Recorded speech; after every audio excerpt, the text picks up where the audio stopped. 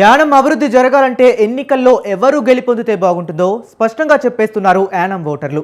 30 ఏళ్ల పాలనలో జరగనిది గత 5 ఏళ్లలో జరిగిందన్నారు. యానంలో ప్రజలకు అనేక అవసరాలు ఉన్నాయని, వాటిని తీర్చే నాయకుడు రావాలని అంటున్నారు. యానంలో కుల మతాలకు అతీతంగా అందరికీ న్యాయం చేసే నాయకుడు కావాలంటున్నారు. స్వేచ్ఛగా వాతావరణం ఉండాలంటున్నారు. యానం ఓటర్ల మనోగతం వారి మాటల్లోనే విందాం. మాది యానం అండి. యానంలో నిలబెట్టి ఏమీ లేదు. కాంగ్రెస్ వస్తే బాగుంటుందని పిలుపుని చేసుకుంటున్నాం. షూటింగ్ చాలా బాగుందండి. కాంగ్రెస్ చాలా బాగుందండి. కృష్ణారావు గారికి అశోక్ గారికి నడుస్తుందండి. మూడు ఎత్తు ఉన్నారండి. అది చిన్న చిన్న అండి. అవి పోటీ వీళ్ళిద్దరికీ దెబ్బ మీద నడుస్తుందండి. అశోక్ గారు వస్తారమ్మా అనుకుంటున్నాను. అంటే గతంలో అశోక్ గారు అభివృద్ధి చేయలేదు అని చెప్పేసి ఆయన అనుకుంటే అనుకోవచ్చండి. అభివృద్ధి ఆయన చేసే పనులేంటి చెడ్డ అయిపోయారని జనం అంటున్నారండి. మరి 30 సంవత్సరాలు ఉన్నాడు కదా ఆయన ఇక్కడ ఎమ్మెల్యేగా, ఆయన చేయలేదా? ఆయన చేశారండి. ఆయన చేశారండి. ఆయన పనులు అయిపోయినాయండి. చేసినాయి. ఇప్పుడు ఈయన వచ్చిన తర్వాత పనులు చేయించలేదని అంటున్నారు జనం. కొత్త వచ్చిందని అంటున్నాను. కొత్త కావాలనుకుంటున్నారు. అదండి. చెప్పండి. కొత్తగా ఎమ్మెల్యే గారు కావాలని మేము అనుకుంటున్నాం. నా పేరు దేవి. చెప్పండి. అదే యానో మరి అది అది ఇద్దరికి పోటీగా ఉన్న కాంగ్రెస్ అండి, ఇది జగ్గు అండి అన్నారు. కానీ ఎవరు వచ్చినా మాకు పర్వాలేదండి. ఎవరు వచ్చినా ఓకే. కాకపోతే ఇది యానో అభివృద్ధి చెయ్యాలని ఇద్దరు పోరాడుతున్నారండి. ఎవరు బాగా చేస్తారమ్మా అభివృద్ధి? ప్రస్తుతానికైతే సీనియర్ కనుక మరి కృష్ణారావు గారు అప్పుడు చేశారు. మరి ఇప్పుడు ఈ అబ్బాయి చిన్న అబ్బాయి కదండి, తినొచ్చి ఇప్పుడు రెండోసారి అండి. చేశారండి. చేయకుండా ఎవరో ప్రజలు ఏమి ఎన్నుకోరు కదండి. అలా అని మనం చెప్పలేం కదండి. ఎవరైనా ఒకటే. మాకు ఇద్దరు కూడా యానాన్ని బాగుపరచాలనే చూస్తున్నారండి. అంతే. అలా నీకు ఐడియా లేదండి. ఓటింగ్ని బట్టి కౌంటింగ్ని బట్టి ఉంటుందండి. ఇంకా చెప్పలేమండి. నా పేరు సేగట్ల వెంకటరావు అండి. యానం అండి. ఎలక్షన్ ఎలా ఉందండి? ఎలక్షన్ పర్లేదు, బాగానే ఉందండి. ఎవరెవరు పోటీలో ఉన్నారు? మల్లాడి కిట్టారావు, గొల్లపిల్లి అశోకు ఇద్దరికే దెబ్బగా ఉంది. కదిమేని డమ్మీ క్యాండిడేట్లండి. కానీ కాంగ్రెస్ మాత్రం హామీగా వచ్చేద్దండి. అశోక్ అండి. ఈ మెజారిటీ అనేది ఎలక్షన్ అవుతుంది కానీ ఎవడో చెప్పలేం కదండి. దెబ్బగా ఉంది ఇద్దరు కూడా. అశోక్ వచ్చేస్తాడు అనుకున్నాను.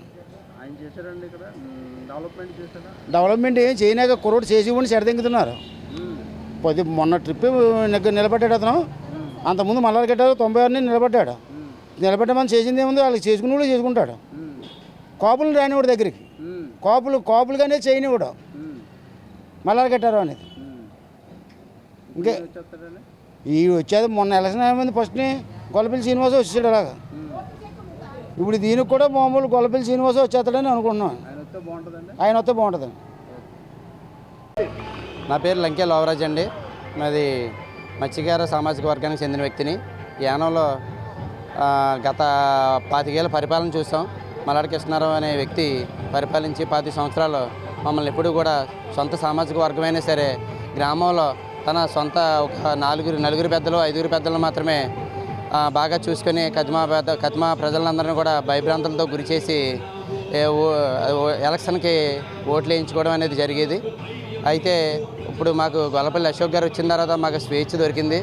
ఈ రోజున అవతల వ్యక్తులు యువతల వ్యక్తులు కలిసి మాట్లాడుకుంటున్నాం, కలిసి ఈవెంట్స్ ఉంటున్నాం. ఏదేమైనా కానీ గొల్లపల్లి అశోక్ గారు వచ్చిన తర్వాత మాకైతే అన్ని విధాల లాభం జరిగింది, అన్ని విధాల విముక్తి జరిగింది. స్వేచ్ఛాయుతంగా బతుకుతున్నాం.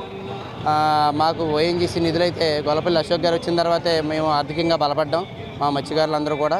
ఒకప్పుడైతే మల్లాడి కృష్ణారావు గారు ఉండగా ఆయన ఓఎన్జీసీ నిధుల కోసం కృషి చేసినప్పటికీ కూడా మాకు అంతంత మాత్రమే వచ్చిన నిధులను కళ్యాణ మండపం పేరు చెప్పి తీసుకోవడం జరిగేది. ఇప్పుడైతే ఏ దళారులకి ఇచ్చే పని లేకుండా సొంతంగా మా సొంత అకౌంట్లోకి వచ్చేలాగా గొల్లపల్లి అశోక్ గారు చేశారు. ఈయన పరిపాలన బాగుంది కాబట్టి యానం ప్రజలందరూ కూడా ఈయన పరిపాలనకి బ్రహ్మరథం పడుతున్నారు. ఈసారి ఇక్కడ గొల్లపల్లి అశోక్ గారే గెలుస్తారు. కాంగ్రెస్ పార్టీని గెలిపించి గొల్లపల్లి అశోక్ గారిని గెలిపిస్తారు ఖచ్చితంగా. ఈసారి గెలుపు మాత్రం గొల్లపల్లి అశోక్ గారిది. యానంలో ప్రజలందరూ కూడా గొల్లపల్లి అశోక్ గారి గెలుపునే కోరుకుంటున్నారు. ఎందుకంటే ప్రజలు ఎప్పుడూ కూడా స్వేచ్ఛగా ఉండడం కోరుకుంటారు. బ్రతకడం గొప్పగా బతకమని కాదు, స్వేచ్ఛగా ఎప్పుడున్నామని చెప్పేసి కోరుకుంటారు. మేము యానం ప్రజలందరూ కూడా స్వేచ్ఛగా ఉన్నామంటే అది గొల్లపల్లి నాయకత్వంలోనే ఉన్నాం. ఇంతకుముందు పరిపాలన అయితే ప్రజలకు నచ్చేది కాదు. అప్పుడంతా దుర్మార్గ పాలన ఉండేది, దుష్ట పాలన ఉండేది. భయభ్రాంతులతో గురి చేసి ఒక కులం మొత్తం తనకే ఓట్లు వేయాలని చెప్పేసి రాక్షస పాలన కింద పరిపాలించే వ్యక్తి ఆయన. ఈ రోజున ఆ పాలన లేదు. గొల్లపల్లి అశోక్ గారు మాకు స్వేచ్ఛనిచ్చారు. మా బ్రతుకులు మేము బ్రతికేలా చేశారు. మా స్వయం కృషితో మేము బ్రతికేలా చేశారు. మేము ఎక్కడైనా సరే మేము ధైర్యంగా బతకగలుగుతున్నాం. ధైర్యంగా అందరూ కలిపి. నా పేరు బుజ్జమ్మ అండి. నేను అయ్యన్నగర్ గ్రామం నుంచి వచ్చాను.